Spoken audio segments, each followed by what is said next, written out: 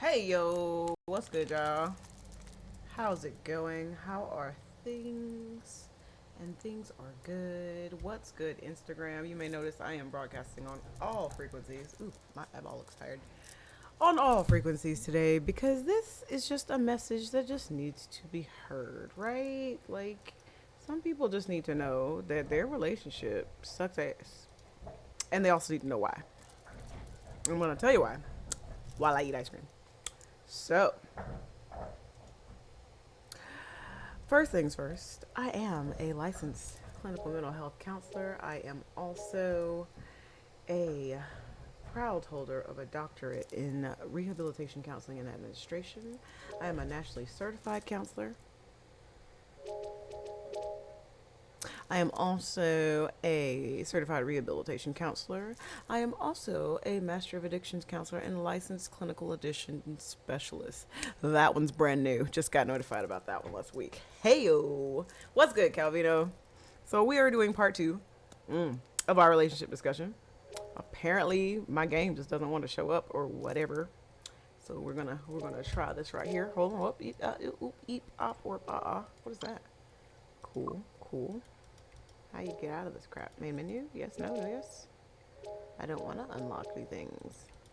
So, since we've got a little bit of time and a lot less time to do it in, we left off talking about why communicating in a relationship is hella bomb important, right?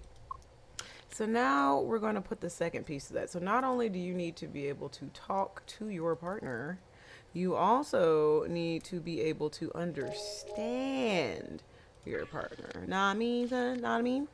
And so that brings us to a lovely thing called emotional focused therapy. It's one of my favorite things to do simply because it's literally me teaching you how to translate. Can we leave that alone, puppy? Teaching you how to translate your partner and learn your partner's language, right? So I know I talked last week about, understanding the words beneath the words, and that's precisely what emotional focus therapy does. Patrick, get away from my desk. We're not doing this today. Um, so that being said, emotional focus therapy simply means that if you think about the one experience of something you learned a long time ago and how it made you feel, and you continuously to act that way, that is how it all starts. He is on a rampage. He's like tearing stuff down, like breaking walls down and stuff. Like, it's bad. What's good, Dondero? But yeah, so emotional focus therapy, basically learning the emotion that's beneath the words that your partner is saying to you, right? So say you and your partner, you get in an argument, right? And all of a sudden, your partner gets really quiet. Is it? I don't know what's going on today. And it's weird because I haven't touched anything and no one has been at my desk. It's redunk. Redunk even. But it's cool. We're going to turn this all the way the fuck up. It's fine. But yeah, your partner gets really quiet and then all of a sudden just stops, responding and decides to go get quiet. You may feel like you've won the argument, yes? Not quite. So that is an emotional response, right? So the emotional response here for this particular partner is to shut down when things get hard.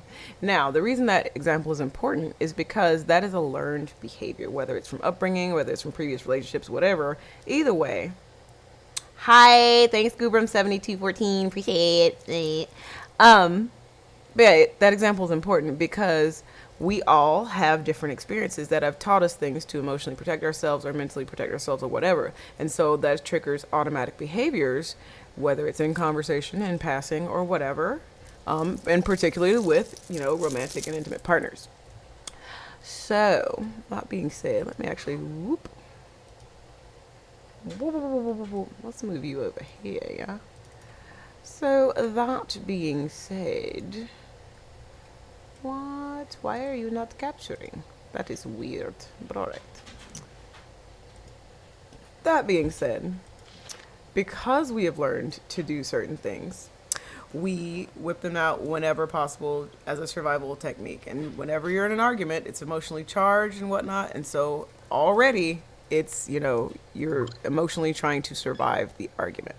So, going back to our example, your partner gets quiet, shuts down, and makes it seem like you've won the argument or the disagreement, even though probably no resolution has been reached or whatever, but that's a different part of the conversation.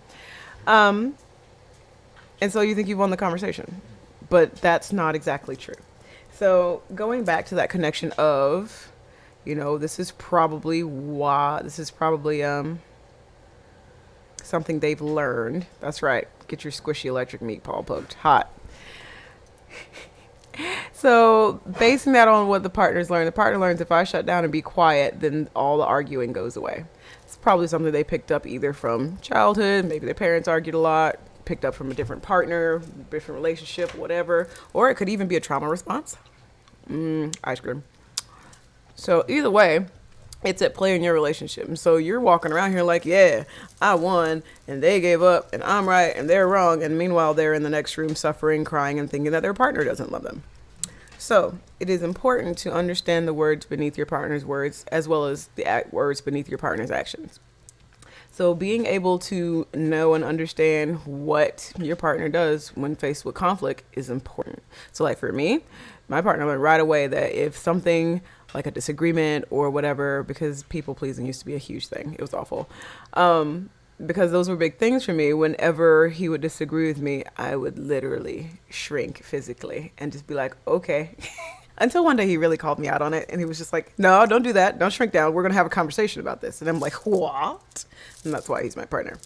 But no, understanding how your partner reacts to certain situations becomes really important simply because we are a unit. We are a partnership. We are working together. And for us to have a disagreement, you're a shutdown person. That's adorable. And that's also connected to why you like to be Little Spoon, but that's a whole different conversation.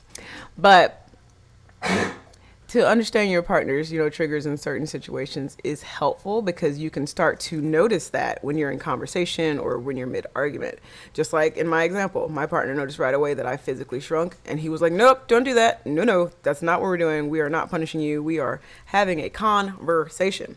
So, ice cream. So that helps us to kind of pull our partner out because a lot of people see arguments or disagreements between partners and thinks that it's partner versus partner, when in actuality, it's partnership versus problem. And that is something that people lose sight of all the time in relationships, especially when things get heated or whatever. They call you every name in the book or something, or they say something that really hurts your feelings, and then they come back and like, oh, I didn't really mean it. And, they probably didn't. Simply because, now this is not domestic violence related at all. Power and control wheel is something serious and something different. But in these instances where your partner says like some mean shit, it's like, oh yeah, just fine. Go into your room and cry to your mother if you are a type of person that gets upset emotionally and likes to call your mom. I'm sometimes one of those people. But like using it as a jab, for instance, in a partnership. Yeah, just go to your room and call your mom or whatever, blah, blah, blah. That hurts simply because they are lashing out because they have been hurt. See, it becomes important to not only recognize and regulate your own feelings, but also recognize our partner, their situations, their behaviors, their quirks, so to speak, when they get in these certain situations, and be able to bring it to their attention. Call them out if you want to, but bring it to their attention that I notice you're doing that thing that you do when we're getting a heated argument. Are you okay? Do we need to take a break? Do I need to check in with you some more? And that's another thing that's usually missing from relationship conversations is checking in with your partner, because again, it is not problem partner v partner. It is unity, partnership versus problem. So we can't let the problem get in between us, because we're the closest confidant we have to our partner, are we not? It's called a partnership for a reason. We are together. And so we need to walk down this problem together, as opposed to hiding on either side of the problem and throwing shit, basically. So real life example. So I told y'all about my brand new couple last week. We just had our second session this week. So they did agree to stick out the relationship. Yes, I want this to work. Yes, we're going to do a second session. Cool. That means I get to yell at you, right? So the biggest focus for us was slowing down, reflecting, and using I statements. And those are really important for emotionally focused therapy, simply because if I cannot articulate, one, that I am hurt or offended or angry or whatever, and two, why, then we are already just going to start throwing shit at each other. That's what I mean by being able to emotionally regulate yourself. So not just hiding behind, well, I feel this way, so I'm going to lash out. No. We got to slow down. We got to, one, recognize our own bullshit. Two, let our partner know what our bullshit is, so that they can recognize it in conversation. And then three, be able to slow ourselves down. My favorite example, because this just happened November, December-ish with me and my partner. But like I said in previous episodes, I'm going to me and my partner y'all to death. Is we were arguing about something. We got into a heated disagreement about something. I don't remember what it was. But this is a perfect example of why emotionally focused therapy is amazing, because he came at me sideways about something, and it ended up we were arguing about my command center that I'm sitting at right now, because it used to be I used to crawl in and out to get in and out because space or whatever, but then we got rid of the couches. So now I don't. But he decided to throw a tit for tat at me, and it's like, well, it's stupid that you have your desk in the corner like that anyway. What happens if a fire breaks out? And for me, that triggered a whole heap of teenage angst, because my mother used to tell me, because I had a bunch of posters on my wall, had shit hanging from the ceiling, shit draped on all over across it. My mother would always say, if we caught fire in here, you'd never be able to get out. And it was one of the most annoying things in the world. Love you, Ma. She can hear me. It was the most annoying things in the world. And for him to say that fucking roused that angry, angsty teenage gal in me. And I was like, hold on, we're about to fucking fight about this. You could go fuck yourself, blah, blah, blah, blah, blah. And something amazing happened, because he was heated on 8. I was heated on 9, about to go to 10. And he said something amazing. He said, hold on a minute. I said, what? Like, bitch, I'm ready to fight. The fuck you mean, hold on a minute? Hold on a minute. Okay? I don't feel like this is about us. And I'm like, go on. He's like, I came around here, I got upset because he put the dog food down too soon and the cats ate the medicated dog's dog food or whatever. He had a shitty day at work, and he came straight from there to feeding the animals and coming at me and whatever. And he was able to recognize how much this had built on top and spiral, and then was able to articulate that to me. That's the important part, articulating that to your partner, because not only does that put them on the same page as you, that disarms everything they were getting ready to throw. Because sometimes, like I said, individual regulation is important, but sometimes we can't slow down at the same time. Sometimes something has to happen from one side to trigger it on the other side, right? So he said that to me, and I was like, you're absolutely right. Because I don't give a fuck what you think about my desk. It's my desk. I don't give a shit. Like, what are we arguing about? And he was like, right, I don't even care that it's in the corner. It was just something to say at the time. I was like, see this shit right here? This shit right here, man. This shit right here. This is why that works. But no, that is the basis of emotionally focused therapy, is recognizing that there, one, is high emotional expression in whatever it is that we're fucking talking about. Two, bringing it to the attention of all parties, because I may get upset and may not even know it. I'll just be talking a mile a minute and just get angry and won't even notice that I am up here. But we have worked it out to the point where it's like, one, we can, recognize those triggering kinds of things, right? We can recognize those situations where things can potentially get heated. We are particular about our word choice. So again, coming back to I statements, avoiding pointed language, looking more so and saying, when this happens, I feel blah, blah, blah, right? As opposed to, you're always doing this shit, you get on my nerves, and you're making this hard, right? Nobody wants to hear that. The only thing that I hear is you, and that means, oh, you talking about me? You want to fight? Because we can fight. So, I statements are really important for emotional focus therapy because, again, it puts the onus on the person to control their emotional reactions. And once doing that and recognizing, our partner's emotional reactions, being able to have a dialogue about it and call each other out on it. I'm noticing that we are kind of elevated in this discussion. Sometimes also it's about word choice, because that also, can trigger experience memories and things like that. Like, don't call me crazy. Because I'll show you crazy. I'm just playing. But no, like certain word choices for people are hot buttons. You just absolutely can't do that. That's why it's important to figure out, what your partner's situational triggers are, what their buzzwords are, because you say the wrong thing and they're going to go right back to wherever they had that experience and act accordingly. So, making sure that we're using clear language, making sure once again that we are slowing down. Y'all, I can't emphasize this enough. Slow the fuck down. Like, I don't care if I'm at work. I don't care if I'm in session. I don't care who I am talking to. I cannot knee-jerk react based on a feeling and just shoot out whatever comes out my mouth. I have to pause. I have to be intentional. It often looks exactly like what I'm doing right now. I have to be able to gather my thoughts in the moment to convey what I'm trying to express to someone else.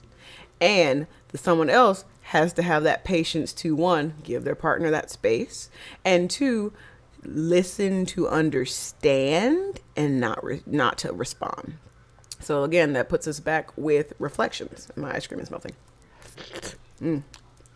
So being able to say, I'm having a shitty day, my depression is probably flaring up again, makes a world of a difference to my partner. Instead of sitting around or moping around, what's wrong with you? You all right? I'm fine.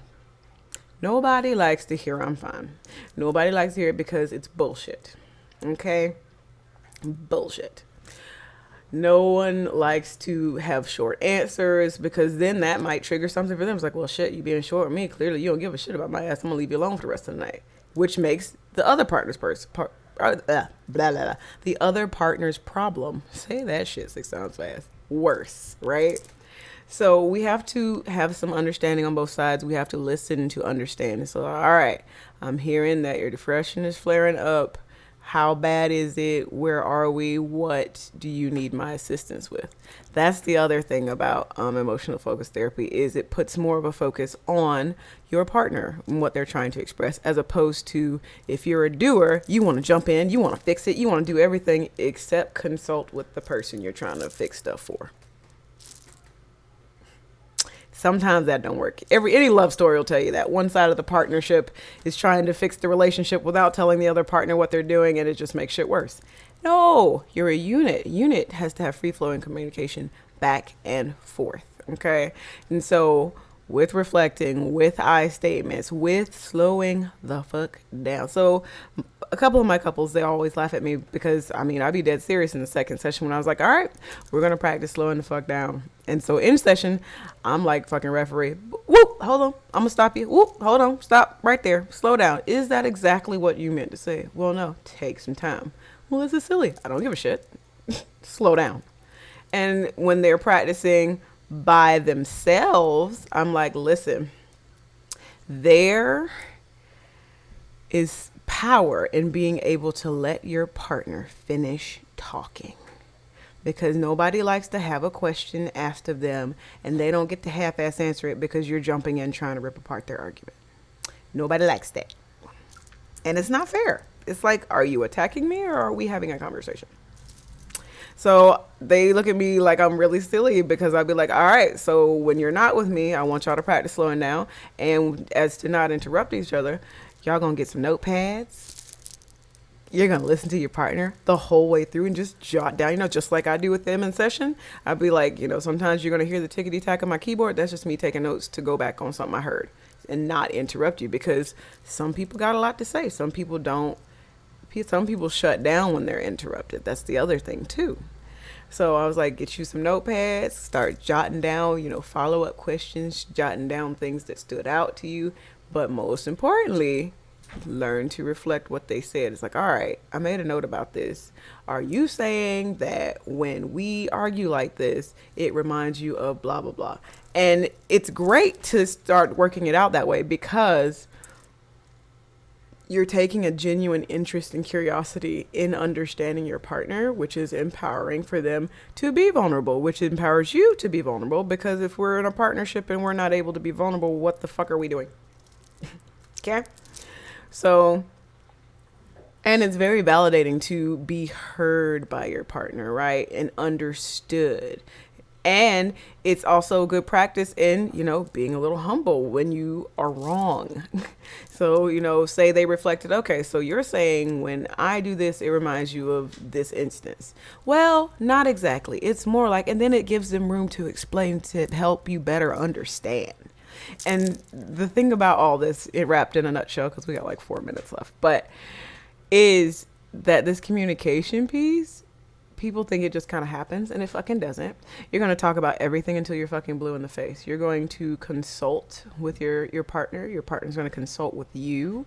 Y'all need to be on the same page at all fucking times. Now, are there going to be miscommunications? Absolutely. Misunderstandings? Absolutely. But being able to fall back on the skill set makes them painless and helps y'all laugh at them, as opposed to, you're always doing this. We're fighting. I'm going to my mother's. La, la, la, la. Okay, so it also, just kind of really helps to leave space for one another. It also, people talk about relationships at work, but they don't ever really know what it is. They think it's child rearing, and that's part of it. They think it's, staying interested forever. That's part of it. But the big part of it, the work, is saying what you mean, being vulnerable, and being genuine with the one person that you're supposed to be like that with. So no running outside the unit and be like, girl, he is messing up, I don't know, blah blah blah, because chances are, if you're doing that, you're only telling them negative things. And that's why your friends can't be your therapist, because they'll be like, girl, leave him, oh my god, So let's answer some questions. There's still stigma for therapy based on ethnic groups. Yes and no. It just kind of depends on where you go. I love the new age generations because they are growing up with therapy. They think it's awesome to have a therapist. I mean, you remember that whole Twitter trend of shit my therapist says? Like, these kids got it. But older generations, things like that, there is still some stigma around just therapy in general, simply because institutional racism and all that stuff. Is the seeking for the need for therapy always curtailed by proposed costs? Not always. Sometimes there are other obstacles, simply because, especially with people of color, they're very independent, they're very autonomous, and so they rely on self-help a lot, even if it comes from, not so great sources. Sometimes it is about mind over matter. It's like, I could make the appointment, or I could just suck it up and keep it pushing. I think I'm gonna suck it up and keep it pushing. Is therapy affordable for all, or is it priced out of those who may have lower income? So it depends on where you go. There are a couple of agencies that have sliding fee scales. So based on your income, you could get $2 a session, $5 a session, $0 a session, whatnot, as well as subscription based. So I do work for BetterHelp.com. They are a subscription based service. They don't take insurance, but it's like you have 24/7 access to your therapist. Now, granted, if you're like me and a therapist that has actual professional boundaries, there's that. But you can chat, text, leave voice recordings, have video sessions, have phone sessions, whatever, and all that is wrapped up neatly in a subscription package. And so you've got as much access to me as you need, and that's what you're paying for. Do you also find that the most issues with accepting and being part of therapy based on economics? Yes, simply because lower income status does tend to thwart therapeutic efforts. Because sometimes, like for me, a lot of my people are like, all right, I can only afford a subscription for a month. Let's get cracking. I'm like, all right, because that plays an important role. If that shortens our time span together, that means we really got to jump in here and do some work. Do you see those with lower income normally the most in need of help for what you do? Um, yes and no. It's a nice mixture because, since Corona happened, everyone is online and doing teletherapy. And so I get a nice mixture of folks now. And BetterHelp just started doing EAP through people's work in corporate offices. So there's that. Mom, the lady is making electrical meatloaf all shock zappy. You want a part 3? I tell you what, we'll do part 3 at the beach, John. How about that? Because next week, my pretties, we are talking about somatic symptoms. How does mental health express itself physically? I'm talking about chronic pain. I'm talking about tension headaches, chest tension, migraine, stuff like that, digestive issues. All kinds of stuff like that. And we're going to start connecting some dots with, just basic mental health symptoms and how they may express themselves physically. So we're going to answer your question, Calvino, next week, but I'll give you an actual answer in Discord. Yum, yum, yum, yum. I wish I could get paid $1 million a session. People don't become therapists to make money, unfortunately. That's why I work like 5 jobs. When should therapy end? Therapy ends with something that's called termination. And termination is something I like to go over with my clients' first session so that they just kind of know the process. And so termination is the last thing that happens. It's like, okay, usually my indicators for termination are, we can start going to every 2-week sessions as opposed to weekly. You're starting to do most of the talking in the session because you're starting to process a bit more. As a therapist, it's a cinnamon toast crunch ice cream, bruh. Anyway, my goal as a therapist is, one, for them to not need me eventually so that they can become super confident for themselves and reach out only when they deliberately want to instead of, frantically for other people. And to improve their thought process, how they examine their thoughts, how do they self-reflect, right? So once they start doing that more often, they're starting to make their own connections and changed behaviors on their own. That's when therapy should end. Because now you've got coping skills you need. Now you've got the processing skills you need. You don't need me. And it's always interesting when they come up. It's like, so I think I'm not going to renew my subscription next month because I think I'm okay. Oh my God, are you breaking up with me? And so that's usually what I say. But yeah, therapy does end eventually, and you don't just go to therapy one time, right? So if something comes up down the road, you thought you handled your trauma, you thought you got over this, that, something else happens and everything comes flooding back, it's okay to go back to therapy. And it's okay to try a different therapist. But that's my time. It's time to get over to Dawn Daring 101 so that I can go heckle John and Arooks. See y'all.